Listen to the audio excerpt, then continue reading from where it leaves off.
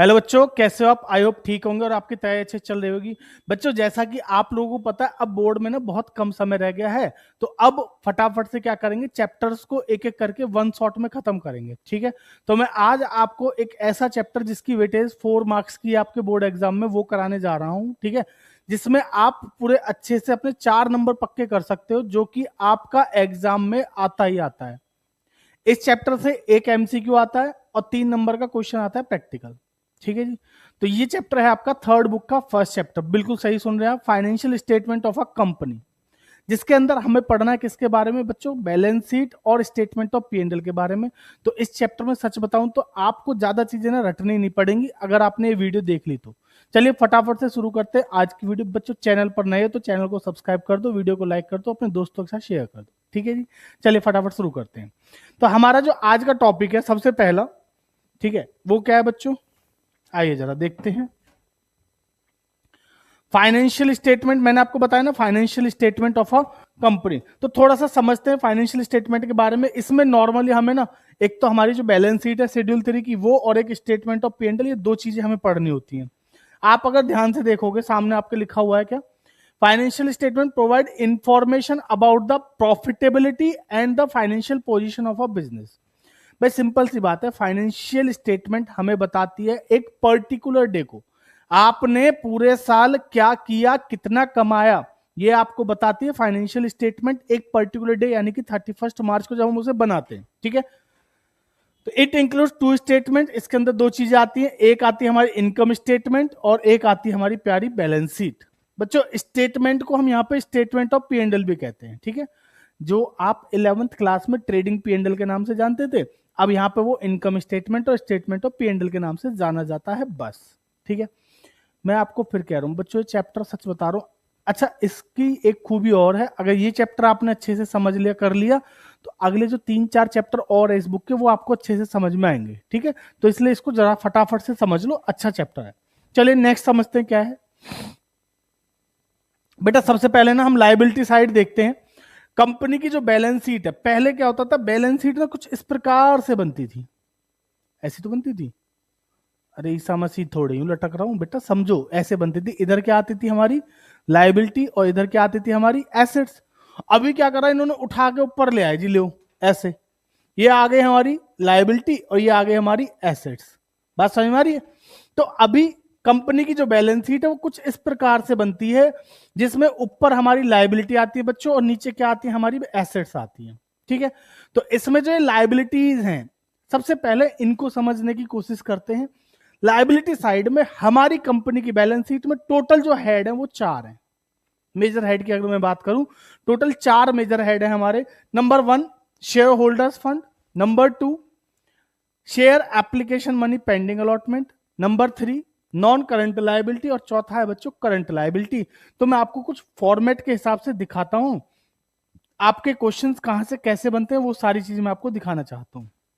देखिए, particular, note number, figures as of the current year, और यहां पे प्रीवियस ईयर। देखिए, इस बैलेंस शीट को ऐसे, भाई आप समझो ना, बैलेंस शीट तो ऐसे भी अच्छी बन रही थी, ऐसे अच्छी लगती थी हमें, तो अभी भी वही अच्छी लगती है, बट इसको ऐसे से ऐसे बनाने के पीछे का रीजन समझो बच्चों। यहाँ पे क्या देखो, अगर बैलेंस शीट ऐसे और मुझे 2 साल के डाटा को क्या करना, एनालाइज करना, तो वो मेरे लिए पॉसिबल नहीं था, उसमें बहुत दिक्कतें आती। बट जब मैंने चीजों को आमने सामने रख दिया, मैंने यहाँ पे शेयर कैपिटल लिखी पिछले साल की और इस साल की, दोनों लिख दी मैंने यहाँ पे, तो अब मुझे एनालाइज करना थोड़ा सा आसान है कि भाई पिछले साल मेरे पे 10 लाख का शेयर कैपिटल था, अब मेरा 15 लाख हो गया, 5 लाख से बढ़ गया। लेकिन वहां मुझे फिर ढूंढना पड़ता शेयर कैपिटल ऊपर, फिर नीचे दोबारा दूसरी बैलेंस शीट, दो अलग अलग पेज में कंपेयर करता रहता मैं, समझ रहे हो? तो इस कंपेरिजन के लिए, उसको थोड़ा आसान बनाने के लिए, हमारी जो कंपनीज बैलेंस शीट है उसको इस प्रकार से बनाया गया। ठीक है, पार्टनरशिप में लोग ज्यादा ना कंपेरिजन नहीं करते, एनालाइज करते नहीं है, समझ रहे हो? हाँ, प्रॉफिट हुआ है पिछले साल से ज्यादा हुआ, ठीक है भैया आगे बढ़ जाओ। लेकिन कंपनी भैया बड़े लेवल पे काम करती है, बहुतों का पैसा लगा होता है, इसलिए अच्छे से करती है, समझ रहे हो? चलिए, तो इसका फॉर्मेट कुछ इस प्रकार से आपको पढ़ना है, ये याद रहना चाहिए आपको। मैं आपको बता रहा हूं, इसके पक्का 3 नंबर आते हैं, मैंने क्वेश्चंस भी डाले, कैसे कैसे हैं फटाफट देखेंगे। सबसे पहले equity and liabilities. Equity and liability, बेटा लायबिलिटीज तो यानी कि जो हमारी लायबिलिटीज हैं कर्जा, और इक्विटीज मतलब मालिकों का पैसा। ठीक है, तो एक ही उसमें रखा इसको। सबसे पहले नंबर पे आया हमारा शेयर होल्डर्स फंड। अगर मैं 4 मेजर हेड्स की बात करूं, कितने मेजर हेड है? 4। पहला शेयर होल्डर्स फंड, पहला, अरे वीडियो देखते देखते बोल भी लोगे ना, कोई दिक्कत नहीं बेटा, घर वाले बाहर नहीं भगा देंगे, समझ लो। सबसे पहला क्या है? Share holders fund, very good. दूसरा क्या है? Share application money pending allotment, share application money pending allotment, ठीक। तीसरा नॉन करंट लायबिलिटी और चौथा करंट लायबिलिटी। 4 ही चीजें हैं ना जी, बहुत बढ़िया। अब समझो बेटा, शेयर होल्डर्स फंड जो है मेरा पहला मेजर हेड, इसके अंदर ना 3 चीजें आती हैं, 1, 2 और 3। ये 3 चीजें क्या है? सबसे पहले नंबर पे आता है शेयर कैपिटल। इसके अंदर क्या आएगा, होती क्या है वो बाद में बताऊंगा, पहले समझो, सिर्फ याद करो। सबसे पहले क्या आता है? Share capital. दूसरा रिजर्व एंड सरप्लस, दूसरा रिजर्व एंड सरप्लस। तीसरा money received against share warrant, ठीक है जी। तो देखो जरा फटाफट से 3 चीजें दिखाता हूं आपको। आ गई तीनों? नहीं आई? आ गई। Share capital, reserve and surplus, money received against share warrant. Clear? समझ में आ गई बात? तो पहला major head share holder fund, इसके अंदर 3 सब हेड है, इनको बोलते हैं बच्चों मेजर हेड। क्या बोलते हैं? Major heads. और ये जो 3 हैं ये हैं इनके सब हेड। आपसे एग्जाम में क्वेश्चन पूछेगा ही ये, ठीक है, कि शेयर इनके अंदर का, मान लो कैपिटल रिजर्व आपको दे दिया, कैपिटल रिजर्व आपको बताना है मेजर हेड और सब हेड। तो कैपिटल रिजर्व किसके अंदर आएगा? ऑब्वियसली बात है, रिजर्व एंड सरप्लस के अंदर आएगा। तो भैया मेजर हेड हो गया शेयर होल्डर्स फंड और सब हेड हो गया हमारा क्या? Reserve and surplus. तो क्वेश्चन इस प्रकार से आता है, इसलिए याद करा रहा हूं आपको, ठीक है। समझ में आ गया यहां तक? कोई दिक्कत तो नहीं है? बढ़िया समझ में आ रहा है, ठीक। तो शेयर होल्डर्स फंड में 3 चीजें आई हमारी। सबसे पहले शेयर कैपिटल, दूसरा रिजर्व एंड सरप्लस, तीसरा money received against share warrant, ठीक है जी। सेकंड जो मेजर हेड है हमारा वो है share application money pending allotment. ये हमेशा बेचारा अकेला ही रहता है, मतलब अकेला रहता है, समझ रहे हो, इकलौता है, समझ रहे हो, तो इसको साइड कर दो। दूसरा क्या है? Share application money pending allotment, लिख दिया है, ऐसी बात नहीं, लिखा नहीं है, share application money pending allotment. Next तीसरा है बच्चों हमारा नॉन करंट लायबिलिटी। तीसरा क्या है? Non current liability. अब ये नॉन करंट लायबिलिटी में भी तो होंगे सब हेड, बिल्कुल। यहां पे ये तीसरा मेजर हेड है, इसके अंदर हमारे 4 सब हेड है, ठीक है, लिखे हुए तो है ही। पहला लॉन्ग टर्म बोरिंग्स। बच्चों देखो, नॉन करंट लायबिलिटी मतलब लंबे टाइम की उधारी, हमने लॉन्ग टर्म के लिए जो पैसा ले रखा है। तो सबसे पहले नंबर पर है लॉन्ग टर्म बोरिंग, मतलब लंबे टाइम के लिए जो उधार ले रखा, बोरो कर रखा, लोगों से उधार ले रखा, वो वाला, ठीक है। दूसरा आता है डेफर्ड टैक्स लायबिलिटी, दूसरा डेफर्ड टैक्स लायबिलिटी। तीसरे नंबर पे आएगा अदर नॉन करंट लायबिलिटी या लॉन्ग टर्म लायबिलिटीज कह लो, ठीक है। और बच्चों चौथा लॉन्ग टर्म प्रोविजन, ठीक है। तो आप अभी एक बार क्या पूरी बैलेंस शीट देख लो, फिर इनके अंदर क्या क्या आएगा वो मैं सारी चीजें आपको बताने वाला हूं, ठीक है। बैलेंस शीट की सारी आइटम्स एक जगह चाहते हो?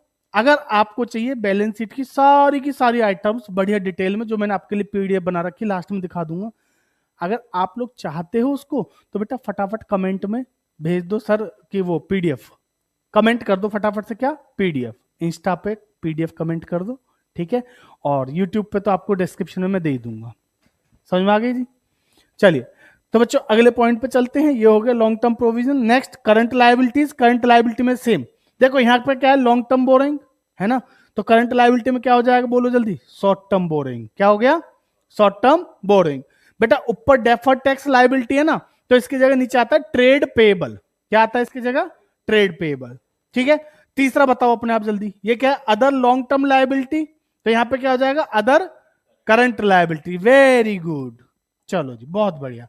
और बेटा लॉन्ग टर्म प्रोविजन, तो नीचे क्या हो जाएगा? Short term provision. सिंपल भाई, करंट लायबिलिटी मतलब शॉर्ट टर्म वाली चीजें, ठीक है, लॉन्ग टर्म मतलब जो लंबे टाइम के लिए, ठीक है जी। तो ये हमारी बैलेंस शीट है, उसके बाद हो जाता है टोटल। ओके जी, चलिए एक बार देख लेते हैं और कुछ है क्या। देखो जी, मेजर हेडिंग्स बताइए इन्होंने, तो हमने ऑलरेडी आपको बता चुका हूं मैं कि मेजर हेडिंग्स क्या है, ठीक है बच्चों। ये सारी की सारी हमारी क्या है? Share holder fund, share application money pending allotment, non current liability और करंट लायबिलिटी हमारी मेजर हेडिंग्स है, और जो दूसरी है वो क्या है? सब हेडिंग्स है। अभी सबसे पहले बच्चों देखो यहाँ पे जो नोट्स टू अकाउंट है इसका, एक बार ये जरूर देख लेना। ये नोट नंबर जो होते हैं इसमें हमारा जैसे शेयर कैपिटल का नोट नंबर 1 हो गया, reserve and surplus note number 2 हो गया, ठीक है। तो एक बार शेयर कैपिटल का नोट नंबर देख लो, वैसे आप लोग इसको शेयर्स वाले चैप्टर में ऑलरेडी समझ चुके होंगे, मैं फिर भी आपको बता रहा हूं कि इसमें क्या क्या आता है। चले आइए देख लेते हैं। तो नोट्स टू अकाउंट में सबसे पहले नंबर पे जो हमारा आता है वो आता है शेयर कैपिटल। ठीक है, शेयर कैपिटल के लिए मैंने आपको बताया था AIS 3 तरीके से आती है, ऑथराइज्ड, इशूड और सब्सक्राइब। बेटा ये आप वैसे शेयर्स वाले चैप्टर में पढ़ चुके हैं, फिर भी मैं आपको बता रहा हूं। सबसे पहले ऑथराइज कैपिटल, जितने भी शेयर्स हैं जितने रुपए का है उतने का मल्टीप्लाई करके यहां आ जाता है। देन आती है हमारी इशूड कैपिटल। इशूड में क्या होता है, number of share issued into rate, जितने का है 1 10 का है तो 10 से मल्टीप्लाई करके यहां लिख देंगे। फिर आती है सब्सक्राइब। सब्सक्राइब में भी दो होते हैं, एक फुल्ली पेड अप और एक पार्टली पेड अप। ठीक है, fully and but not fully paid up. तो ध्यान से समझना बेटा, फोरफिटेड को यहां प्लस करते हैं और कॉल्स इन एरियर लास्ट वाले में माइनस होता है। ठीक है, तो बस मेरे को आपको ये वाली जो चीज है ना, कॉल्स इन एरियर, अगर आपके सामने कॉल्स इन एरियर दे दे और पूछे मेजर हेड सब हेड बताओ, तो आपको ये वाली बात लिखनी पड़ेगी कि भैया कॉल्स इन एरियर को क्या करते हैं हम। वैसे तो इसका major head share holder fund हो गया, सब हेड क्या हो गया, शेयर कैपिटल हो गया, बट आपको लिखना पड़ेगा सब्सक्राइब कैपिटल में क्या करते हैं इसको, डिडक्टेड। ठीक है, तो आपको लिखना पड़ेगा deducted from subscribed capital, subscribe but not fully paid up capital. ठीक है जी, तो ये वाला बस ये पॉइंट था जो मुझे आपको बताना था। अब फोरफिटेड शेयर्स के लिए पूछेगा तो उसको बता देना क्या करते हैं, ऐड करते हैं यहाँ पे। ठीक है जी बच्चों, बाकी तो इसमें और कुछ है नहीं। ठीक है, और देख लो आप एक बार पूरा, और अगर आपको लगे आपके काम की चीज है, आपको अच्छी लगी, तो बेटा इसका स्क्रीनशॉट जरूर ले लेना। अभी मैं आप लोगों के साथ डिस्कस कर रहा हूं कि एक एक आइटम में क्या क्या आएगा। हमने अभी बात करी बैलेंस शीट की, सारी चीजें पढ़ ली, शेयर कैपिटल देख ली, उसके अंदर क्या आता है। अब चलते हैं किस पे, रिजर्व एंड सरप्लस पे। दूसरे नंबर पे क्या था हमारा, रिजर्व एंड सरप्लस। तो चलिए रिजर्व एंड सरप्लस में देखते हैं क्या क्या आएगा। हाँ जी, याद रखने का सिंपल तरीका बताऊं, रटना मत, है ना, सिंपल तरीका समझो बेटा। जिसके बाद में क्या आ रहा है, या तो रिजर्व या सरप्लस लिखा रहा है, वो तो पक्की पक्की बात है, सिंपल सी बात है, इसमें आएगा ही आएगा, है ना। तो चलो देखते हैं। सबसे पहले कैपिटल रिजर्व, दूसरा कैपिटल रिडम्पशन रिजर्व, तीसरा डिबेंचर रिडम्पशन रिजर्व या सिक्योरिटी प्रीमियम रिजर्व। समझ रहे हो बच्चों, स्टेटमेंट ऑफ P&L का बैलेंस, ये जितने भी रिजर्व हैं या सरप्लस है वो सब इसमें आते हैं। रिवैल्यूएशन रिजर्व, क्लियर है जी। आप देखते चलो फटाफट। बस एक ये वाला जो है आप याद रखना, शेयर ऑप्शन आउटस्टैंडिंग अकाउंट जो है, और एक अदर रिजर्व्स में जैसे आपका जनरल रिजर्व हो गया, ये सब जो हो गए ये। ठीक है, रिजर्व आ रहा है बाद में तो ऑब्वियस सी बात है इसका पार्ट है। भाई याद रखने का एक पॉइंट है, वो ये शेयर ऑप्शन आउटस्टैंडिंग अकाउंट अगर आपको दिख जाए तो वो रिजर्व एंड सरप्लस का पार्ट है बस, और इसका कहीं पे कोई यूज नहीं है। इसको आपको इवेल्युएट करने के लिए उसके लिए कहीं पे नहीं देगा, समझ रहे हो। तो बस इसको याद रखना। तो याद रखने वाला क्या है, share option outstanding account. Clear है बच्चों, चलिए नेक्स्ट पे चलते हैं।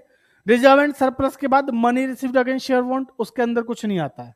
चलिए थोड़ा सा समय बच गया आप लोगों का। Money received share, debit balance of statement of P&L shall shown be negative figure under the head surplus. बेटा अगर पॉजिटिव है तो प्रॉफिट है, नेगेटिव है तो लॉस है, लॉस को भी यहीं पे शो करते हैं एज अ डेबिट बैलेंस यानी कि नेगेटिव बैलेंस। ठीक है, तो ये भी याद रखना। दूसरा money received against share warrant, accounting treatment इसका होता नहीं है। और इसके अंदर देखो फटाफट क्या दे रखा है, होता क्या है ये, बच्चों को ना ये कंफ्यूजन रहते है सर होता क्या है ये। देखिए क्या लिखा है, financial instrument which gives holder the right to acquire equity share.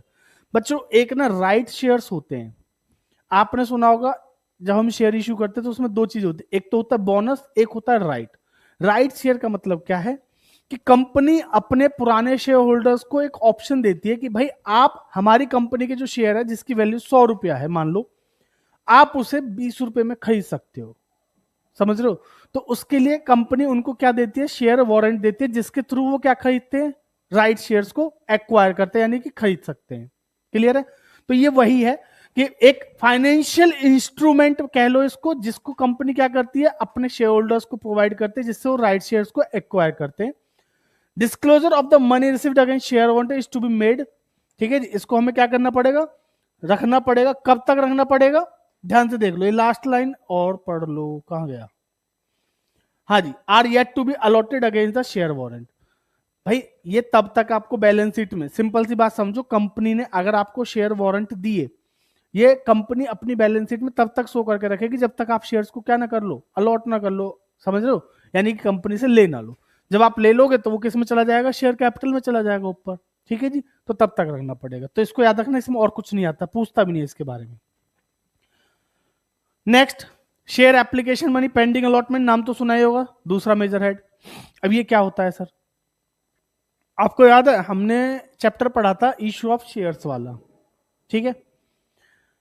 Company ने शेयर इशू कर दिए, पैसा आ गया शेयर होल्डर से, कंपनी ने शेयर्स इशू करे, शेयर होल्डर से पैसा आ गया, और फाइनेंशियल ईयर एंड भी आ गया।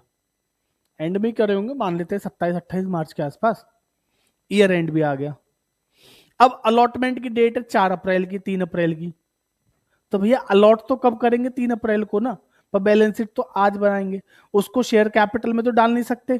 तो वो जो पैसा है, ये कह रहे कि भाई एप्लीकेशन आ गई, लेकिन अभी हमने अलॉट नहीं करे, शेयर्स दिए नहीं, तो जब तक नहीं दोगे तो उसको एक अलग हेड में रखते हैं जिसका नाम है share application money pending allotment. आपके सामने ये रहा, ठीक है जी, हाँ ये आपके सामने है।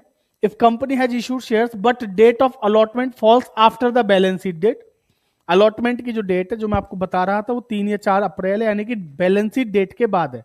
बैलेंस शीट डेट होती है हमारी 31 मार्च, तो उसके बाद यानी कि 3-4 अप्रैल पड़ रही है, तो उस केस में बेटा तब तक उस पैसे को हमें कहां रखना पड़ेगा, इसके अंदर। क्लियर है यहां तक? उम्मीद है यहां तक की सारी चीजें आपको समझ में आ गई होंगी, ठीक है। बाकी मैं आपको लास्ट में जो बैलेंस शीट दिखाऊंगा वो तो आपके लिए बहुत काम की चीज है। चलिए जी, नॉन करंट लायबिलिटी पे आ जाते हैं बच्चों। नॉन करंट लायबिलिटी वो लायबिलिटीज होती है जिनको हम क्या करते हैं, 12 महीने के बाद पे करते हैं, लॉन्ग टर्म के लिए ली होती है, ठीक है। अच्छा यहां पे एक बात बोलिए, liabilities which is not classified as current liability, इसका मतलब समझ रहे हो, यानी कि वो लायबिलिटीज जो करंट लायबिलिटी नहीं है।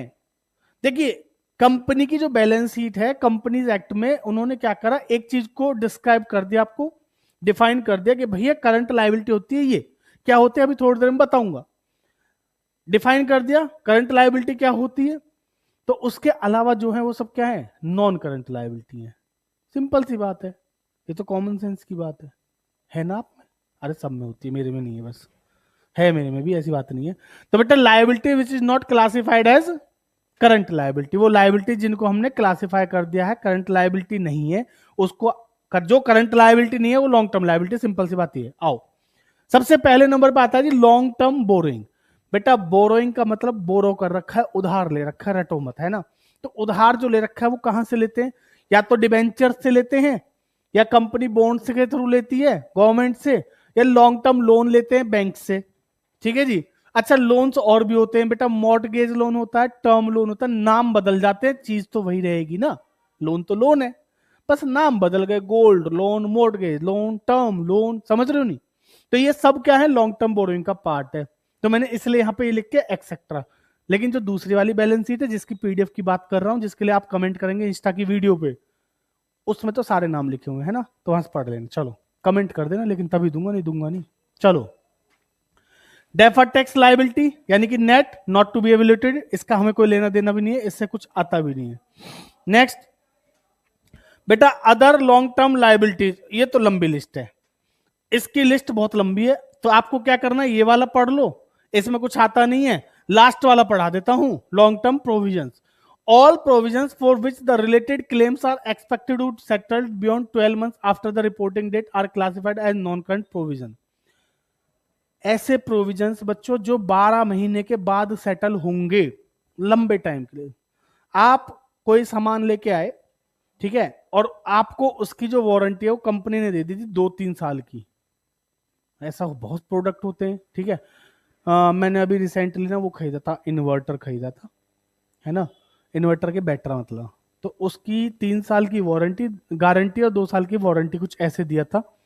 तो आपको क्या लगता है, कंपनी ने बस हाँ हवा में वारंटी दे दी? भाई अगर 3 साल में उनमें कुछ हो गया तो कंपनी उनको बदल के नहीं देगी, बदल के देगी ना जी। तो भैया कंपनी इसलिए पहले से क्या करती है, थोड़ा सा प्रोविजन। भाई ऐसा तो है नहीं कि कंपनी का एक इन्वर्टर मैं ही लेके आया हूं और लोग नहीं लेके गए, कंपनी तो भैया बड़े पैमाने पे, बड़े उस पर नंबर्स ऑफ इन्वर्टर्स बेच रही है, तो कंपनी क्या करती है, पहले से प्रोविजन मेंटेन करके चलती है। प्रोविजन मतलब समझदारी, कि वो पहले से गुल्लक बना ली कि भैया हाँ मैंने इतना पैसा जोड़ के रखा हुआ है, मुझे मान के चल रही हूँ मैं, कंपनी कह रही है मैं मान के चल रही हूँ कि इतना मुझे हो सकता है देना पड़ जाए। तो बेटा वो लॉन्ग टर्म वाली लायबिलिटी हुई, शॉर्ट टर्म वाली। लंबे टाइम के लिए 12 महीने के बाद तक के लिए तो लॉन्ग टर्म है, छोटे टाइम के लिए होगी तो शॉर्ट टर्म है, सिंपल सी बात। तो यहाँ पे दो चीज आती है, एक तो एम्प्लॉय के बेनिफिट्स और provision for warranties. Employ benefit में बेटा ईपीएफ का नाम सुना आप लोगों ने? ईपीएफ क्या होता है? Employees provident fund. अब एम्प्लॉयज प्रोविडेंट फंड क्या होता है कि एक साल के लिए बनता है? नहीं, वो तो भैया रिटायरमेंट तक के लिए बनता है। थोड़ा पैसा एम्प्लॉय का जाता है, थोड़ा एम्प्लॉयर का जाता है, और इकट्ठा होता रहता है कंपनी के उसमें। ईपीएफ अकाउंट अलग बनता है उसमें। अब मुझे एक बात बताओ, कंपनी क्या ईपीएफ का पैसा कभी भी गायब कर सकती है? 12 महीने से पहले दे सकती है? हाँ, एम्प्लॉय के पास ऑप्शन होता है, वो विड्रॉ कर सकता है अगर ज्यादा ही इमरजेंसी है, बट कंपनी के वो पैसा लॉन्ग टर्म के लिए रखना पड़ेगा। तो वो उसके लिए क्या है, लॉन्ग टर्म की लायबिलिटी, वो कंपनी का पैसा नहीं है, वो कंपनी के लिए लायबिलिटी है। ध्यान रखना इस बात को, ठीक है जी।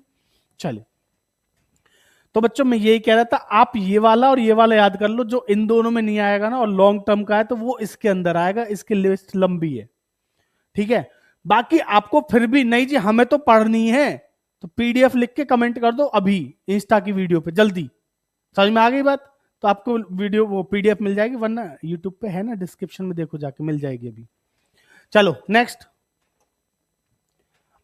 फटाफट अब बात करते हैं करंट लायबिलिटीज। मैंने कहा था जो करंट लायबिलिटी नहीं है वो लॉन्ग टर्म लायबिलिटी, अभी बोला था। तो अब करंट लायबिलिटी का ये भी तो पता होना चाहिए आपको, ठीक है जी। तो करंट लायबिलिटी को जानने के लिए बच्चों आपके सामने मैंने रख दी थी 3 कंडीशन। कितनी कंडीशन है? 3। अरे आगे भाग गई, रुको बेटा। सबसे पहली बात, expected to be settled in the companies operating cycle. Company का काम का एक ऑपरेटिंग साइकिल होता है। ऑपरेटिंग साइकिल समझो कि हमने पैसा, आपको जो सामान लिया, उधारी पे सामान लिया, उसको बेचा और फिर उससे पैसा आया, एक प्रोसीजर होता है। मैं उधार आपके पास आया, सामान लिया आपसे, ठीक है, सामान को फिर मैंने आगे बेचा, फिर मुझे वहां से क्या मिला? पैसा मिला, फिर मैंने आपको पैसा पे कर दिया। समझ में आ रही है बात? तो एक साइकिल होता है पूरा। अब ये साइकिल नॉर्मली तो 90 डेज का होता है, ठीक है, बट कभी कभी ना ये 12 महीने से ज्यादा का भी होता है। कुछ नहीं बोला तो 12 महीने का मानेंगे, बट अगर क्वेश्चन ने बोल दिया कि भैया operating cycle is for 14 months, कितने का है? 14 महीने का। अगर ऑपरेटिंग साइकिल 14 महीने का है और उस 14 महीने के अंदर, कितने टाइम के अंदर? 12 महीने हमारे यहां खत्म हो गए, 12 मंथ तो यहां खत्म हो गए, बट पैसा जो आया बच्चों 14 महीने के अंदर सेटल कर रहे हैं हम। कितने महीने में कर रहे हैं? 14 महीने के अंदर। अब मेरा आपसे सवाल है, क्या ये करंट लायबिलिटी होगी या नहीं होगी? कैसा, क्या कहना चाहते हो? ऊपर से ऐसे गई बाउंसर की तरह, है ना? बाउंसर गई होगी ना। फिर से सुनो, मैंने क्या कहा बेटा, जो expected to be settled in a companies normal operating cycle. अब कंपनी का ऑपरेटिंग साइकिल कितने महीने का? अभी मेरे केस में 14 महीने का। मेरे केस में कितने का? 14 महीने का, ठीक है। लेकिन साल कितने महीने का होता है हमारा? 12 महीने का। अब कोई लायबिलिटी ऐसी है कि वो सेटल हो रही है 12 महीने के बाद हो रही है, लेकिन 14 महीने से पहले हो रही है, तो आपको यहां पे चेक करना है। क्या चेक करेंगे? क्या वो विद इन ऑपरेटिंग साइकिल है या नहीं? हाँ जी, हमारा ऑपरेटिंग साइकिल 14 महीने का, उसके अंदर है, पर 12 महीने से ज्यादा जा रही है, कोई बात नहीं, 12 महीने से ऊपर जाने दो, लेकिन ये क्या है? Current liability. बात समझ में आई? पक्का? चलो अच्छा, दूसरी बात को पढ़ो। It is held for the purpose of being traded. पहला, ऑपरेटिंग साइकिल में सेटल हो जाए तो करंट लायबिलिटी। दूसरा, भैया खरीदी गई है बेचने के लिए। मेरी कंप्यूटर की दुकान है, मैं कंप्यूटर खरीदता हूं बेचता हूं, खरीदता हूं बेचता हूं, तो ट्रेड कर रहा हूं या फिर एसेट है? आप कंप्यूटर खरीद के लाए, लैपटॉप लेके आए, आपने पढ़ाई के लिए अपने यूज के लिए लेके आए, आपके लिए तो एसेट है। लेकिन भाई मेरा तो काम है, रोज खरीदता हूं रोज बेचता हूं, रोज खरीदता हूं रोज बेचता हूं, तो मेरे लिए क्या है वो? तो वो मेरा करंट एसेट का पार्ट बने, करंट लायबिलिटी है उसका पार्ट बने। उधार में लाया हूं ना आपसे, तो मेरे लिए करंट लायबिलिटी बनेगी। एसेट की बात करूं तो करंट, मेरे लिए करंट एसेट बनेगी, मेरा स्टॉक है, वो इन्वेंट्री है, लेकिन आपके लिए लॉन्ग टर्म एसेट है। बात समझ में आ गई। तो दूसरा क्या है जी, पहला ऑपरेटिंग साइकिल के अंदर पेमेंट हो जानी चाहिए, सेटल हो जानी चाहिए। दूसरा held for the purpose of being traded, trade purpose के लिए होनी चाहिए। It is due to be settled within 12 months after the reporting date. बेटा it is due to be settled within 12 months after the reporting date. या तीसरी condition है कि reporting date, reporting date जो है हमारी यानी कि बैलेंस शीट 31 मार्च की जो रिपोर्टिंग डेट है वो उसके 12 महीने के अंदर अंदर क्या हो रही है, वो सेटल हो रही हो। समझ में आ रही है बात। अगर ऑपरेटिंग साइकिल नहीं बताया तो 12 महीने का जो है वही हमारा क्या है, ऑपरेटिंग साइकिल मानेंगे, और उसी के अंदर अंदर क्या हो रही है, वो सेटल हो रही है। ठीक है जी। तो ये 3 कंडीशन चेक करनी है, इनमें से कोई भी एक भी फुलफिल हो गई तो आपकी करंट लायबिलिटी है। क्लियर। पहली ऑपरेटिंग साइकिल, ऑपरेटिंग साइकिल वैसे नॉर्मली 12 महीने को होता है, पर 12 महीने से ज्यादा भी हो सकता है, मैं ये कह रहा हूं। अगर क्वेश्चन ने कहा operating cycle is for 14 months और पेमेंट हो रही है 13th मंथ में, तो बच्चों को करंट लायबिलिटी कहलाएंगे। क्योंकि आप कंफ्यूज हो जाओ, अरे नहीं 12 महीने के बाद 13वें महीने में जा रही ना, फिर तो क्या बनेंगी, नॉन करंट सोचो आप, नहीं, बट वो क्या है, करंट लायबिलिटी। चेक क्या करेंगे, ऑपरेटिंग साइकिल के अंडर है या नहीं, ऑपरेटिंग के अंदर अंदर है, हाँ ठीक है। दूसरा क्या चेक करोगे, ट्रेड पर्पज के लिए, मतलब अगर वो फुलफिल है तो वैसी करंट लायबिलिटी है, वो वाली छोड़ दो जी। दूसरा चेक करो, क्या ट्रेडिंग पर्पज के लिए खरीदा था सामान, उधार खरीदा था बेचने के लिए, हाँ, तो क्या है, करंट लायबिलिटी है। उधार खरीदा था यूज के लिए, तो फिर तो लंबे टाइम की है। बात समझ में आ रही है। और तीसरा बच्चों, रिपोर्टिंग डेट यानी कि बैलेंस शीट डेट से 12 महीने के अंदर। कभी कभी ऐसा होता है, जैसे क्या है ना, डिबेंचर्स की बात करूं मैं, डिबेंचर क्या लॉन्ग टर्म लायबिलिटी है, ठीक है। बट आज 31 मार्च को मेरी बैलेंस शीट बनी, आज 31 मार्च को बैलेंस शीट बनी, और इसी साल में जो अगला साल स्टार्ट होने वाला है उस साल में डिबेंचर्स की रिडम्पशन की डेट भी आ गई। रिडम्पशन मतलब उनको रीपे करना है। अब भाई हमने वो इश्यू किए थे सपोज 1 जुलाई के आसपास, तो 30 जून को भी क्या करने पड़ेंगे, हमें वो पेमेंट करनी पड़ेगी। तो भाई आज बैलेंस शीट की डेट है 31 मार्च, तो आज से 12 महीने के अंदर क्या उसकी पेमेंट ड्यू है, हाँ। वैसे तो नॉन करंट लायबिलिटी यानी कि लॉन्ग टर्म बोरोइंग थी मेरी, बट अब रिपोर्टिंग डेट से 12 महीने के अंदर क्या उसकी पेमेंट की डेट है, आंसर इज यस, तो बच्चों वो करंट लायबिलिटी बन जाएगी। क्लियर है। तो याद रखना, मैं अभी आपको आगे दिखा रहा हूं अब, ठीक है, करंट लायबिलिटीज में क्या क्या आता है, 3 चीज याद रखना। चलिए सबसे पहले नंबर पे शॉर्ट टर्म बोरोइंग्स में क्या क्या आता है, एक बार देख लो फटाफट से। बेटा loans repayable on demand from bank and other parties, ठीक है। लोन लिया मैंने छोटे टाइम के लिए, होता है ना 2-3 महीने के लिए लोन ले लेते हैं, हाँ भैया जब मांगोगे तब आपका आपका पैसा आपको वापस कर देंगे, ठीक है जी। बैंक से डिमांड वाला भी होता है, और जो ये नॉर्मली डिमांड वाला थर्ड पार्टीज का होता है। बैंक वाला भी जो होता है वो 2-3 महीने का, 6 महीने का, आजकल बतेरे ऐप चल रहे हैं जो 1-1 महीने के लिए भी लोन देते हैं, तो भैया वो वाले हमारे लिए शॉर्ट टर्म बोरोइंग है। दूसरे हमारे डिपॉजिट्स, जो हमने बैंक में पैसा जमा कर रखा है, एक तो होता है बैंक बैलेंस हमारा, एक होते हैं हमारे डिपॉजिट्स होते हैं शॉर्ट टर्म वाले। एफडी सुनी है आपने, एफडी 3 महीने, 6 महीने, 9 महीने, 12 महीने, 2 साल, 5 साल, 10 साल, कितने भी कर सकते हो। तो मैंने 12 महीने के अंदर अंदर की 1-2 एफडी कर रखी है, एक 6 महीने की, एक 9 महीने की, तो क्या है मेरे लिए, वो शॉर्ट टर्म है। समझ आ रही है। या हमारे पास किसी ने डिपॉजिट दे रखा है, बेटा देखो अगर मैंने एफडी कर रखी तो मेरे लिए एसेट बन जाएगी, लेकिन डिपॉजिट्स का मतलब क्या है, हमारे पास किसी ने, जैसे सपोज करो मेरा मकान है, आप समझना मेरी बात को, मेरा एक मकान है, मैं उसको किराए पे उठाता हूँ, ठीक है। अब जो किराएदार आते हैं ना, हम उनसे ना 1 महीने का क्या लेते हैं, डिपॉजिट लेते हैं, और 1 महीने की क्या लेते हैं, उनसे रेंट लेते हैं। तो rent is my income, but वो जो डिपॉजिट है वो मेरे लिए क्या है, लाइबिलिटी है या नहीं है, क्यों, अरे भाई पे करना पड़ेगा उसको बाद में जब वो खाली करेगा। और जो वो पेमेंट का जो पीरियड होता है ना, वो 11 महीने का एग्रीमेंट बनता है, तो 11 महीने का ही मान के चलो, 11 महीने के बाद बेशक से रिन्यू हो जाए, फिर वो अगले साल के लिए लाइबिलिटी बन जाएगी। तो करंट लाइबिलिटी ही घूमती रहती है, क्योंकि ऐसा नहीं कि मैं कभी किसी टेनेंट को परमानेंट 5 साल के रख लूंगा, नहीं, वो क्या होता है 11-11 महीने का एग्रीमेंट ड्यू होता है। तो ये वो वाले डिपॉजिट्स की बात कर रहा है। समझ में आ रही है बात, क्लियर है जी। तो डिपॉजिट्स मेरी शॉर्ट टर्म बोरेंगे। नेक्स्ट बच्चों, ट्रेड पेबल आपको पता ही 2 ही चीज होती है, एक तो क्रेडिटर्स होते हैं और एक बिल्स पेबल होते हैं, ठीक है। चलिए नेक्स्ट चलते हैं फटाफट। Amount due on account of goods purchase और services rendered in the normal course of business includes, उधार में बेटा जो माल खरीदा है क्रेडिटर्स एंड बिल्स पेबल, इन दोनों को आप याद रखिएगा। चलिए next,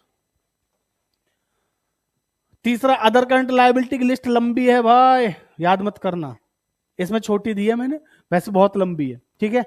unpaid dividend, unclaim dividend, नाम याद रखिएगा, यानी कि जो डिविडेंड अभी पे नहीं किया है, अभी क्लेम नहीं हुआ है। Interest accrued due but not on borrowing, income received in advance, calls in advance and interest thereon outstanding expenses, ये सारे, ठीक है। आपको सिंपल तरीका बताऊं, जो पिछले पेज पे अभी चीजें दिखाई थी आपको, ठीक है, क्या क्या दिखाया था, शॉर्ट टर्म बोरिंग और शॉर्ट टर्म बोरिंग दिखाई थी और ट्रेड पेबल थे, उनको याद रख लो। और बेटा प्रोविजन में 3 चीजें, इनको याद रख लो, उसके अलावा जितनी भी चीजें सब उसमें सेम, जैसे लाइबिलिटीज के लिए बोला था मैंने। पढ़ लो क्या लिखा है बेटा। जो claim expected to be settled within 12 month, वहां पे क्या थे, जो 12 महीने से ज्यादा बाद में जाके सेटल होने वाले थे, वो लॉन्ग टर्म प्रोविजन थे। जो विद इन 12 मंथ वाले हैं वो क्या है, शॉर्ट टर्म, जैसे प्रोविजन फॉर टैक्स और प्रपोज डिविडेंड। प्रपोज डिविडेंड मतलब कंपनी क्या करती है, अपने जो इक्विटी शेयर होल्डर्स है और प्रेफरेंस शेयर होल्डर है, उनके लिए डिविडेंड प्रपोज करती है at the end of the year, और उसको हम क्या करते हैं, विद इन नेक्स्ट 12 मंथ के अंदर अंदर उनको हम पे कर देते हैं, ठीक है जी।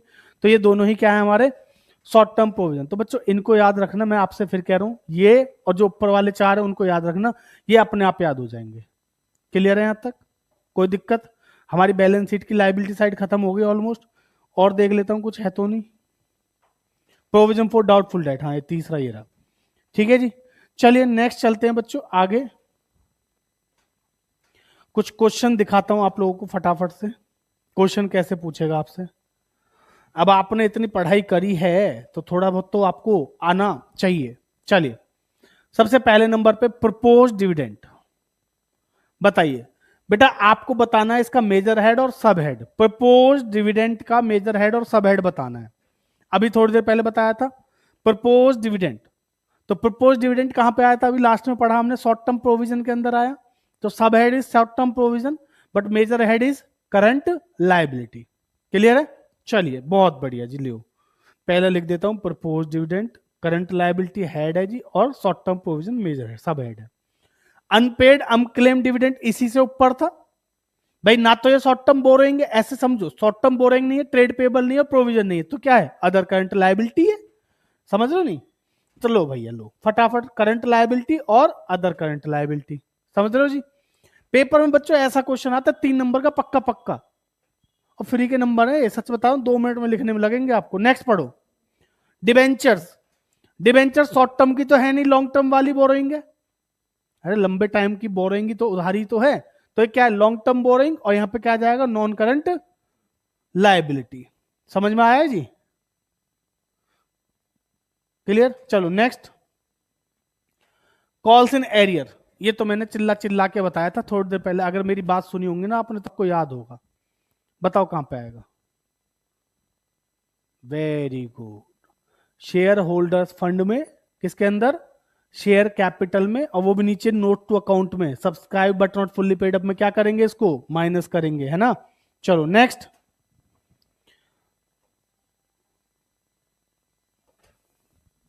देखो ये लिखा है यहां पे, शेयर होल्डर्स फंड में डिडक्टेड फ्रॉम सब्सक्राइब्ड कैपिटल, ठीक है जी।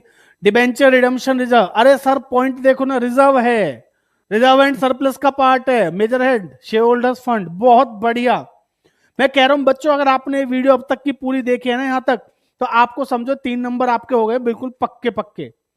Provision for provident fund, non current liability, long term provision, बहुत बढ़िया। नेक्स्ट, बिल्स पेबल, अभी बताया था, क्रेडिटर बिल्स पेबल किस में आते हैं, ट्रेड पेबल में, कौन सी लायबिलिटी, बहुत बढ़िया। चलिए नेक्स्ट, पब्लिक डिपॉजिट्स। अब देखो पब्लिक डिपॉजिट्स लिखा है, अगर सिर्फ डिपॉजिट्स होता, यहाँ पे कुछ टाइम पीरियड नहीं बताया कि 12 महीने, 1 साल, 6 महीने, कुछ नहीं बोला, तो भैया 12 महीने से ज्यादा का मानेंगे, ठीक है। पब्लिक डिपॉजिट्स लंबे टाइम वाले होते हैं, तो लॉन्ग टर्म में जाएगा, ठीक है। चलिए नेक्स्ट, लॉन्ग टर्म बोरोइंग का पार्ट बन गया। Next is calls in advance और मॉर्गेज लोन। बेटा ये दोनों जो है आप लोग कमेंट करके बताएंगे फटाफट, मैं आपको दिखाऊंगा ही नहीं, लो मैंने छुपा लिया, दिख तो नहीं रहा किसी को। ये दोनों आप लोग कमेंट करके बताएंगे कहां पे, इनका मेजर हेड और सब हेड, फटाफट से, ठीक है। उम्मीद है बच्चों लायबिलिटी साइड आपको अच्छे से आ गई होगी। एसेट साइड में चलते हैं फटाफट से, ज्यादा टाइम वेस्ट नहीं करेंगे, क्योंकि क्लास देखिए वन शॉट का मतलब क्या है कि हम 1 घंटे में पूरा चैप्टर खत्म कर लें। 4 नंबर के लिए 1 घंटा बहुत है बच्चों, है ना। तो एसेट साइड में देखते हैं फटाफट से क्या आता है। अगर मैं बात करूं एसेट साइड में मेजर हेड की, तो सिर्फ 2 मेजर हेड है हमारे। कितने? 2। एसेट 2 तरीके की होती है, या तो नॉन करंट होते हैं या फिर करंट होती हैं, ठीक है जी। या तो नॉन करंट होंगी या फिर क्या होंगी, करंट एसेट होंगी। क्लियर है? तो नॉन करंट एसेट और करंट एसेट को समझते हैं जरा फटाफट से, एक बार देखते हैं वीडियो में क्या है। सबसे पहले नंबर पे नॉन करंट एसेट्स में क्या क्या आता है और करंट एसेट्स में क्या आता है, पूरा फॉर्मेट एक बार देख लो फटाफट, फिर चलते हैं आगे।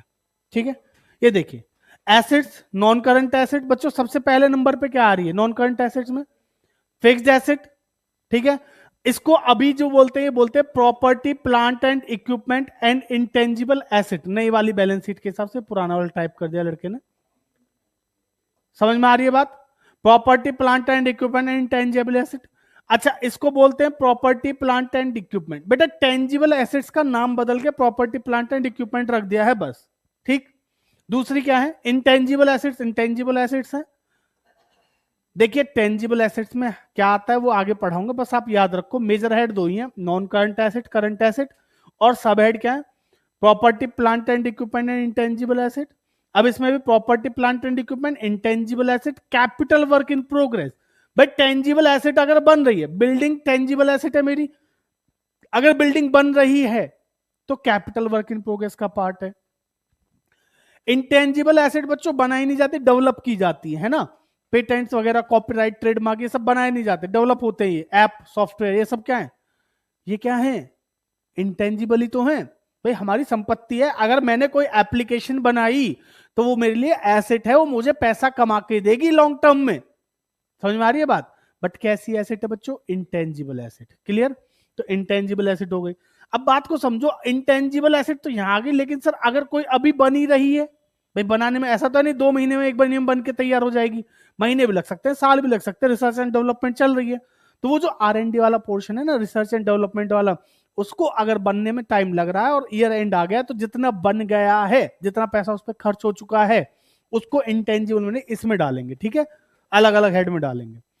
नेक्स्ट, नॉन करंट इन्वेस्टमेंट बच्चों 12 महीने से ज्यादा के लिए पैसा मार्केट में इन्वेस्ट कर रखा है तो इसमें आएगा। ये तो इसको तो छोड़ो, नाम ही है बस। Deferred tax asset, long term loans and advance, ये तो वहां भी था यहां भी है।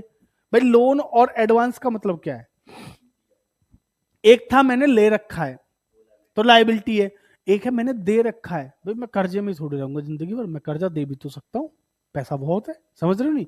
तो मैंने पैसा दे रखा है तो ये मेरे लिए क्या बन गई, एसेट। और last other non current assets. ठीक है, अब यहां से शुरू करो। नॉन करंट इन्वेस्टमेंट की जगह यहां पे क्या आएगा, करंट इन्वेस्टमेंट। ठीक है, अब डेफर्ड टैक्स एसेट की जगह 3 चीजें आती हैं बच्चों, inventory, trade receivable, cash and cash equivalent.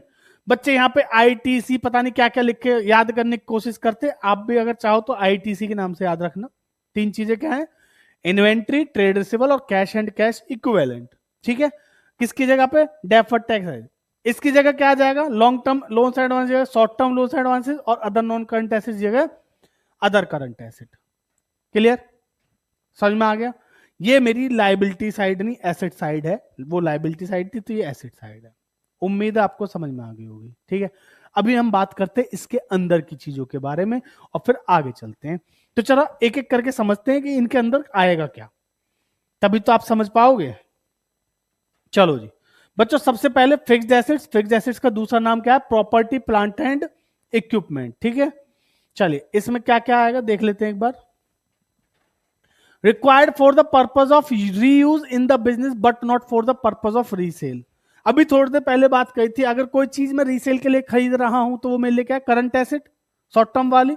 लेकिन अगर मैंने कोई चीज खरीदी है किसके लिए, रीयूज करने के लिए, मैंने ये पैनल और कैमरा खरीदा था किसके लिए, यूज करने के लिए कि वीडियोस बना सकूं, है ना, तो ये मेरे लिए क्या है, एसेट है, लंबे टाइम वाली नॉन करंट एसेट है। समझ में आ रही है बात? बच्चों मशीनरी, जो बड़ी बड़ी प्लांट एंड मशीनरी हम लगाते हैं ना बिजनेस में, वो सब क्या है, ऐसा थोड़ी कि हाँ प्लांट एंड मशीनरी खरीदी अब उसको बेच लो। अगर उसको खरीदने बेचने का काम है तो वो अलग चीज हो गया आपके लिए, ट्रेडिंग वर्क हो गया। लेकिन हमने मशीनरी लगाई, उससे हम प्रोडक्ट बनाएंगे और फिर बेचेंगे, तो हमारे लिए क्या है, वो एसेट है। ठीक है जी, तो जी टेंजिबल एसेट्स में क्या आएगा? जमीन यानी कि land, building, plant, equipment, furniture, fixture, vehicle, office equipment, others, etcetera etcetera. भैया आप समझ गए होंगे क्या कहना चाह रहा हूं, है ना जी? कंप्यूटर, लैपटॉप, गाड़ी, बंगला, अरे सब लिख दो इसी में। समझ में आ गई बात? अब आई बारी किसकी? इंटेंजिबल एसेट्स की। इसको याद रखने के तरीके बताऊं बेटा? देखो, दो तीन वर्ड बता रहा हूं। एक तो राइट्स, लाइसेंस और सॉफ्टवेयर।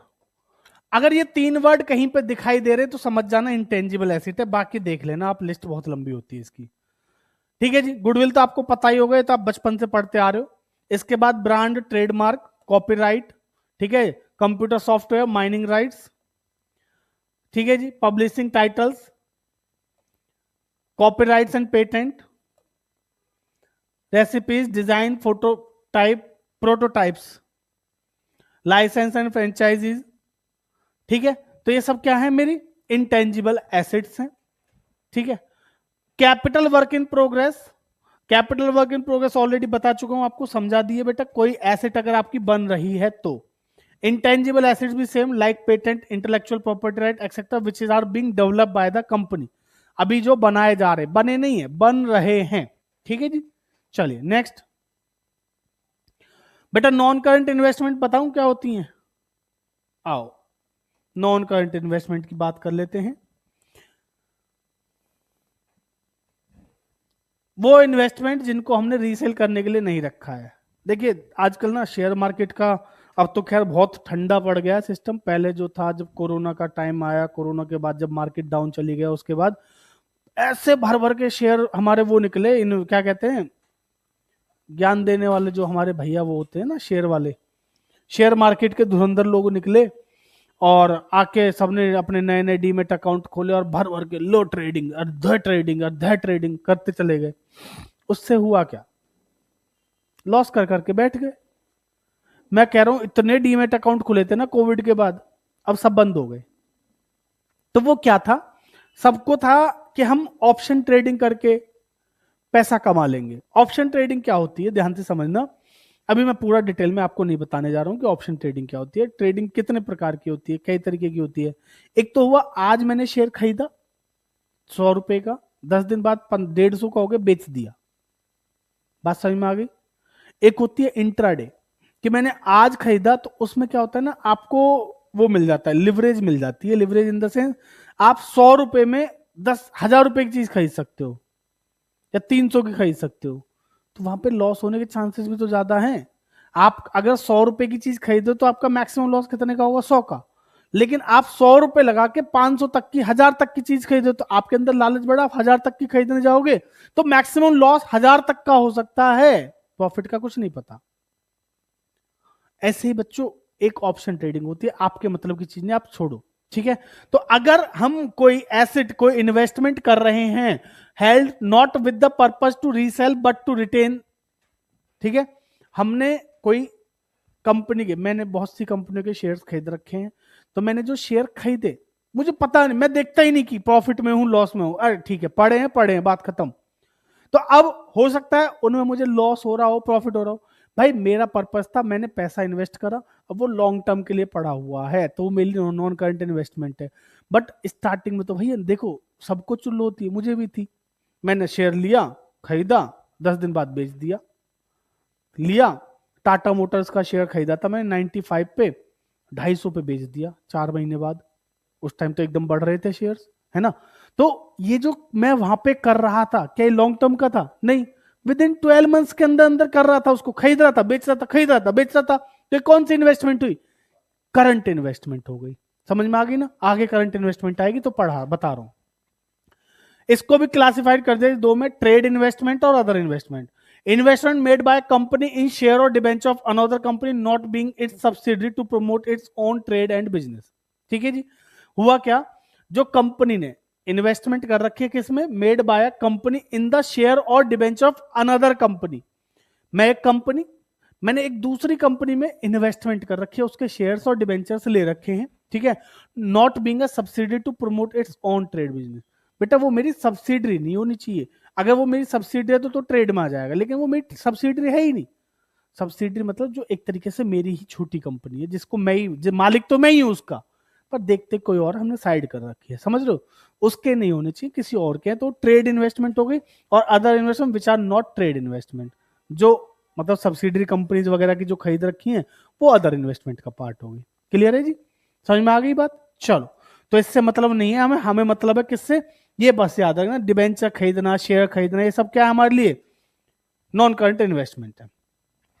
बच्चों डेफर्ड टैक्स एसेट्स, इसका हमें कोई लेना देना है नहीं, ये कहीं पे पूछा नहीं जाएगा, बस हाँ पूछे डेफर्ड टैक्स एसेट का मेजर हेड क्या है तो वो आप बता दोगे, नॉन करंट एसेट है, इतना मुझे पता है। चलिए जी, long term loans and advances, only capital advances and security deposits. भैया लॉन्ग टर्म वाले,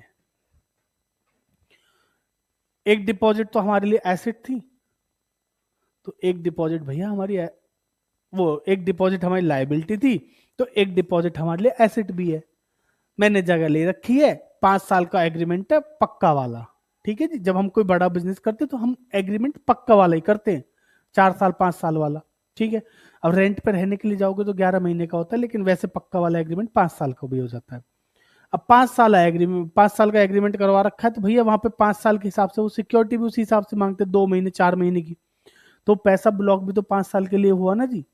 मैंने पैसा दे रखा है एज अ सिक्योरिटी, किसको, जिसकी जगह ले रखी है उसको, तो भैया मेरे लिए तो एसेट है, उसके लिए लायबिलिटी है, मेरे लिए एसेट है।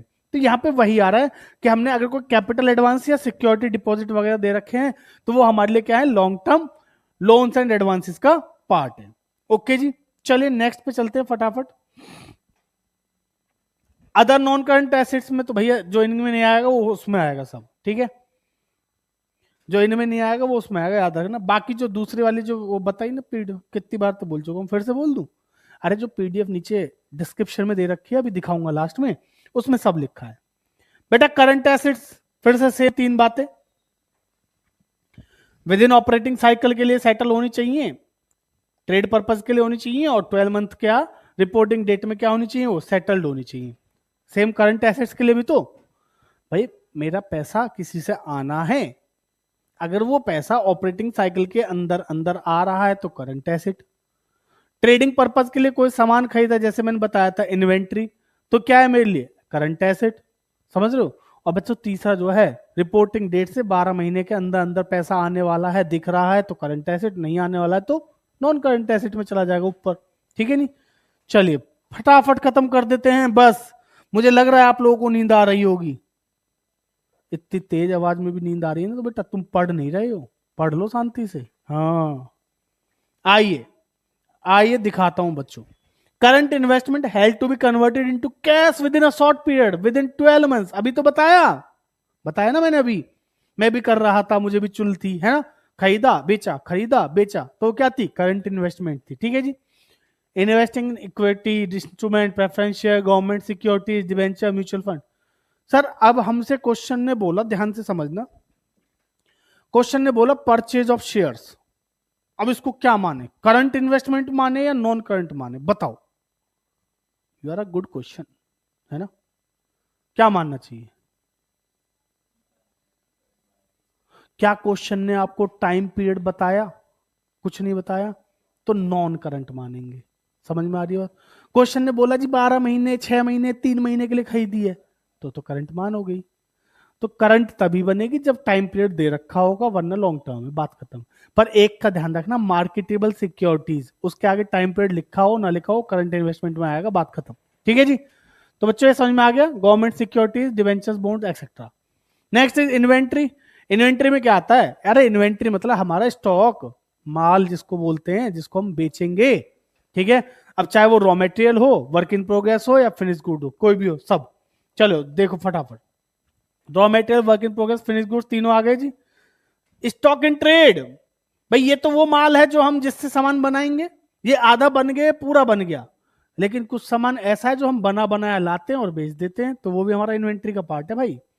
इसकी लिस्ट और थोड़ी लंबी है बेटा, देखो आगे, store and spares, loose tools, और कुछ है नहीं, तो 6 आइटम है, याद रखिएगा, ठीक है। सबसे ज्यादा बेटा ये 2 पूछे जाते हैं एग्जाम में, क्योंकि इनका तो सबको पता होता है, भाई तो सीधे सीधे सबको पता है इन्वेंट्री है, बट इन दोनों में कंफ्यूज है। लूज टूल्स क्या होते हैं? अरे चाबी पौने जो लगा रहे ना मिस्त्री वो करने में, तो उसके लिए क्या है, वो भी इन्वेंट्री के पार्ट में आते हैं बेटा। बात समझ में आ रही है जी। Next, trade receivables, it includes both debtors and bills receivable. बेटा इसमें भी दो चीजें आती हैं, डेटर और बिल्स रिसीवेबल, ठीक है। नेक्स्ट, आईटीसी बोला था ना जी, कैश एंड कैश इक्विवेलेंट, तो लंबी लिस्ट होने वाली है। Short term loans and advances, अच्छा कैश एंड कैश इक्विवेलेंट तो पता ही होगा, ये मत कहना नहीं पता है। अरे भैया कैश, कैश दिखाऊं? नहीं है अभी, वॉलेट नहीं लाया। सुनो, दूसरा वो बैंक में जो खाते में पैसे होते हैं ना जी, वो चेक रखा हुआ है कोई, वो ये सब क्या है, कैश एंड कैश इक्विवेलेंट है, कैश और कैश के बराबर वाली चीज है, ठीक है। Next, short term loans and advances, sir छोटे टाइम के लिए कोई पैसा हमने क्या कर रखा है, एडवांस पे कर रखा है, ठीक है। जैसे आप लोगों ने एडवांस में फीस दे रखी है, समझ रहे हो, तो ये क्या है, short term loans and advance में आएगा। मैंने थोड़े टाइम के लिए लोन दे रखा है, मतलब ये मेरा वाला है भाई, जो मैंने पे कर रखा है, समझो। आप लोगों ने दे रखी है तो वो मेरे लिए लाइबिलिटी है, ठीक है। लेकिन मैंने जो एडवांसेस दे रखे हैं, ठीक है, मैंने रेंट एडवांस दे रखा है, और किसी को एक मांग रहा था पैसे, भाई 2 महीने के लिए उधार चाहिए, है तो लोन ही भाई, तो मैंने उसको जो पैसे दे रखा है वो भी क्या है, मेरे लिए शॉर्ट टर्म वाली एसेट है, ठीक है। ऐसे होता है ना आपसदारी में, लोग पैसा उधार लेते रहते देते रहते हैं, ठीक है बच्चों, तो कंपनियां भी ऐसी करती हैं छोटा मोटा काम। चलिए नेक्स्ट, अदर करंट एसेट्स में जो इसके अलावा जितनी भी सारी चीजें वो इसमें आएंगे, restricted to prepaid expenses, accrued income और एडवांस टैक्स, ये 3 चीजें बच जाती हैं वैसे, बस ज्यादा नहीं है। क्लियर? चलो बच्चों नेक्स्ट देख लेते हैं, कॉन्टीजेंट लायबिलिटी वगैरह भी थोड़ी सी है। ये वाली बात आपको कोई नहीं बताएगा, सच बताऊं तो। कॉन्टीजेंट लायबिलिटी पता है क्या होती है? Contingent liability capital commitment not to be evaluated. Contingent liability बच्चों जो हो भी सकती है, नहीं भी, 50-50 वाली होती है, तो उनको लिखना पड़ता है। मे और may not arise because they are depends on the happening in future, किसी चीज के ऊपर डिपेंड होती है, इसलिए इनका कोई भरोसा नहीं है, ठीक है, तो फिर भी इनको लिखना पड़ता है। It is not recorded in the books, तो बैलेंस शीट में तो कहीं हमने पढ़ी नहीं, पर भैया बैलेंस शीट के नीचे नोट टू अकाउंट में तो लिख लो, disclose in the notes to account for the information to the users. भाई हमने बैलेंस शीट में तो सारी चीजें लिख रखी हैं, लेकिन नोट्स टू अकाउंट में कॉन्टिजेंट लायबिलिटीज को डिस्क्लोज करना पड़ेगा, जिससे कि हमारे यूजर्स को हमारे बारे में पता हो कि भैया कंपनी के ऊपर एक केस चल रहा है बहुत बड़ा। बात समझ में आ रही है जी? बहुत टाइम से, अगर वो केस हार गए तो कंपनी दिक्कत में जा सकती है, समझ रहे हो। अगर मैं ये चीज बताऊंगा ही नहीं, छुपा के रखूंगा, कल को केस हार गए तो भाई यूजर्स का नुकसान नहीं होना चाहिए ना जी, समझ रहे हो। तो इसलिए इसको भी डिस्क्लोज करना पड़ता है। Claim against the company not acknowledge as debt, guarantees, other money, और जो भी है ये सारी चीजें कॉन्टीजेंट लायबिलिटी आती है। बेटा समझा दू, जल्दी हो रही है, लियो। Claim against the company, company के अगेंस्ट कोई क्लेम चल रहा है, जो भी बताया मैंने आपको, एज डेट का, या कंपनी ने किसी की गारंटी ले रखी है भाई साहब की, वो भाग गए, या फिर कोई और मनी है, उसको हम क्या बोलते हैं, कॉन्टीजेंट लायबिलिटी बोलते हैं। क्लियर है जी? कैपिटल कमिटमेंट्स क्या होती हैं, सेम ऐसी कुछ होती हैं बच्चों, a future liability for capital expenditure in respect of the which contract have been made. कोई लायबिलिटी हमारे ऊपर अराइज हो रखी है, जो हमारा पहले कोई कॉन्ट्रैक्ट था वो हो गया है, अब उसके हमने पैसे वैसे दिए नहीं थे, तो कुछ उसी के ऊपर है, तो उसको भी डिस्क्लोज करना पड़ेगा। उम्मीद है समझ में आ गई होंगी बातें। बेटा uncalled liability on shares and other investment partly paid etcetera, इसका पार्ट है ये, ठीक है जी। अनकॉल्ड लायबिलिटी ऐसी लायबिलिटी जो हमने शेयर्स की अभी मंगाई नहीं है, ठीक है जी, और अदर इन्वेस्टमेंट पार्टली पेड, कोई इन्वेस्टमेंट है वो पार्टली पेड है, तो वो सब चीजें। चलिए जी खत्म हो गया आपका चैप्टर बच्चों। लो थोड़े से क्वेश्चन इसके भी देख लेते हैं जी, एक आध, एक क्वेश्चन तो देख ही लो। सुंदरी डेटर्स, बोलो। Current asset, trade receivable, very good. Patent and trademark, अरे तो अभी तो बताया था, पेटेंट ट्रेडमार्क क्या है, intangible asset, non current asset, याद है। शेयर्स इन रिलायंस लिमिटेड, मैंने शेयर्स ले रखे हैं रिलायंस लिमिटेड के, समझ रहे हो, मतलब परचेज कर रखे हैं, ठीक है जी। तो ये क्या है मेरी इन्वेस्टमेंट, कौन सी, शॉर्ट टर्म लॉन्ग टर्म, कुछ नहीं बोला तो लॉन्ग टर्म, ठीक है। चलो मैं दिखाता चलता हूं, तुम भी क्या याद रखोगे। शेयर्स इन रिलायंस लिमिटेड बेटा non current investment, non current asset और नॉन करंट इन्वेस्टमेंट, ठीक है जी। नेक्स्ट, बिल्स रिसीवेबल बेटा यही वाला है, ट्रेड रिसीवेबल वाला, ठीक है। लो next, advance receivable in cash, current asset, short term loan से एडवांसेस जो कैश में रिसीवेबल है, prepaid insurance, other current asset, work in progress, capital work in progress, goodwill, intangible, loose tools, inventory, और bank balances, cash and cash equivalent. उम्मीद है आप लोगों को समझ में आ गया होगा। चलिए नेक्स्ट क्वेश्चन पे चलते हैं, क्या है।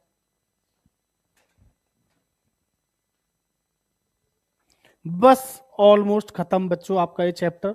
मैंने कहा था ना वन शॉट मतलब वन शॉट में कॉम्प्रिहेंसिव क्वेश्चंस देख लेते हैं एक दो, ठीक है जी, और फिर खत्म करते हैं इसको। देख रहे हो गर्दन ऐसे घुमा रहा है भाई साहब, गोल गोल गोल गोल, कि बस पूछो मत, इसको सब आ गया हो जैसे। आपको भी आ गया ना सब। चलिए ये वाला क्वेश्चन है आप लोगों के लिए, है ना, तो इसको कर लेना, कर लोगे। अरे मैं ही करा देता हूं बेटा। शेयर ऑप्शन आउटस्टैंडिंग याद करो, मैंने बोला था, बस एक पॉइंट याद रखना, बोला था ना, किसके अंदर बोला था, very good, reserve and surplus के अंदर बोला था, share holders fund, reserve and surplus, clear. Next, money receive against share warrant, ये तो किसका पार्ट है, इसी का, शेयर होल्डर्स फंड का, ठीक है जी। सब हेड तो ये किसका है, अपना खुद का ही सब हेड बनेगा, ये सब हेड नहीं है ना इसका, देख लो। Cheque and draft in hand, cash and cash equivalent, very good, current asset, cash and cash equivalent. Next बच्चों, बैंक ओवरड्राफ्ट, कमेंट करके बताना, ठीक है। वैसे चलो मैं ही बता देता हूँ, शॉर्ट टर्म बोरोइंग होती है बच्चों, छोटे टाइम का उधार होता है ना बैंक ओवरड्राफ्ट, यानी कि हमने बैंक से क्या कर रखा है, पैसा उधार ले रखा है थोड़े टाइम के लिए, ठीक। डेफर्ड टैक्स लायबिलिटी और डेफर्ड टैक्स एसेट और कंप्यूटर सॉफ्टवेयर आप लोगों के लिए मैं दिखाऊंगा नहीं, आप लोग कमेंट करके बताएंगे कहां पे आएगा, ठीक है। चलिए मैं फटाफट से चलता हूं आखिरी पेज पे, और वो क्या है, ये आपके लिए कुछ प्यारे से शब्द, इनको पढ़ लेते हैं एक बार। क्या कह रहा है, कह रहा है जी, preliminary expense are to be written off entirely in the year in which they are incurred. बेटा प्रिलिमिनरी एक्सपेंस होते हैं कंपनी के इनकॉर्पोरेशन से पहले के जितने भी खर्चे हैं, ठीक है। कंपनी इनकॉर्पोरेट हुई उससे पहले के जितने भी खर्चे हैं वो प्रिलिमिनरी एक्सपेंस होते हैं हमारे, ठीक है जी। तो उनको हम क्या करते हैं, वो रिटर्न ऑफ होते हैं फ्रॉम द सिक्योरिटीज प्रीमियम। याद करो सिक्योरिटी प्रीमियम को 5 जगह यूज कर सकते हैं। पहला, to issue fully paid bonus share. दूसरा, to write off preliminary expenses, to write off discount on issue of shares, commission, brokerage वगैरह जो ये प्रीमियम ऑन रिडम्पशन को प्रोवाइड करने के लिए। और चौथा, बायबैक ऑफ इक्विटी शेयर। सिर्फ 5 जगह यूज हो सकता है हमारा सिक्योरिटी प्रीमियम। याद नहीं है तो याद रखना, वीडियो को रिपीट करके सुन लेना और लिख लेना, ठीक है। तो बच्चों उनमें से एक प्रिलिमिनरी एक्सपेंसेस भी है, ठीक है जी। तो इसको हमें पूरा पूरा खत्म करना होता है किस साल में, जब ये इनकर हुए तभी। तो इसको खत्म करने के लिए सबसे पहले हम यूज करते हैं सिक्योरिटी प्रीमियम का। भाई एक ऐसा पैसा है जिसको 5 जगह यूज कर सकता हूं, जो ब्लॉक पड़ा हुआ है, तो सबसे पहले उसी को यूज करूंगा। अगर उससे पूरा पूर्ति पड़ जाती है, समझ रहे हो, अगर उससे हमारा पूरा का पूरा यूज हो जाता है, सपोज प्रिलिमिनरी एक्सपेंसेस का लॉस 1 लाख का है और सिक्योरिटी प्रीमियम में 1.5 लाख रुपए हैं, तो उससे पूरा खत्म हो जाएगा, ठीक है जी। तो उससे कर देंगे। अगर प्रिलिमिनरी एक्सपेंसेस 1 लाख के हैं और सिक्योरिटी प्रीमियम मेरे पास सिर्फ 70,000 का है, तो क्या करूंगा, तो पहले 70,000 सिक्योरिटी प्रीमियम से यूज कर लेना, बाकी जो बचे हुए 30,000 है बच्चों, वो स्टेटमेंट ऑफ पे एंड एल, हमारे घर की सरकार है, कोई दिक्कत नहीं, कभी डाल देना। तो यही कह रहा है जी, बाकी जो है सिक्योरिटी प्रीमियम से करेंगे and its absence of statement of P and L से, अगर कमी पड़ जाती है तो statement of P and L से। बाकी जो share issue expense, discount on share, underwrite and commission being special nature के, could be written off gradually से बिटवीन 3 to 5 years। इनको हम क्या कर सकते हैं, 3 से 5 साल में आराम से राइट ऑफ कर सकते हैं। बोलो बात समझ में आई यहां तक, कोई दिक्कत, पक्का। चलो फिर आगे बात करें, यहां तक किसी को कोई दिक्कत तो नहीं है ना। चलिए अगले पॉइंट पे चलते हैं फटाफट से। तो बच्चों ये तो हो गया हमारा क्या, आपका जो वो था क्या कहते हैं, बैलेंस शीट का पूरा हमारा कंसेप्ट हो गया। अब बस मैं आपको दिखा देता हूँ वो जो पीडीएफ है जिसकी मैं बहुत देर से बात कर रहा हूँ। ये पूरी बैलेंस शीट है बच्चों, जिसके अंदर सारी चीजें आपकी मैंने लिख दी हैं, ठीक है। ये तो पर्सनली मैंने बनाई थी मजाक से हट के, देखो ये सारी चीजें मैंने आपकी इसके अंदर लिख रखी हैं। बस आपको इसको करना क्या है, आप चाहो तो इसको पीडीएफ को डाउनलोड करके और इसके प्रिंट आउट निकलवा सकते हो, ठीक है। और प्रिंट आउट निकलवाने के बाद ठंडे पानी, अब तो ठंड पड़ रही है खैर, नॉर्मल पानी के साथ भी सुबह दोपहर शाम आपको इसको तीनों टाइम पढ़ना है, ठीक है। अरे खाना नहीं है, प्रिंट निकलवा खाने की सोचो नालायक, समझ में आ रही नहीं, बस पढ़ना है, समझ में आ रही है। तो बेटा चाय के साथ भी पढ़ सकते हो, जल्दी याद हो जाएगा, ठीक है। तो अब मेरा चाय का समय हो गया, मैं जा रहा हूँ चाय पीने के लिए, तो आप लोग अब पढ़ाई कर लो। आपका हमने चैप्टर जो है पूरा 1 घंटे में कर दिया है खत्म। ऐसे ही अगले चैप्टर के वन शॉट के लिए हमारे चैनल को कर लीजिए सब्सक्राइब, वीडियो को कर दो लाइक, और अपने दोस्तों के साथ शेयर कर दो जिनके पेपर आ रहे हैं, ठीक है। देखिए दोस्तों के साथ शेयर करने से ना आपका कुछ नहीं जाएगा, उनके नंबर अच्छे आ जाएंगे। चलो जी, धन्यवाद।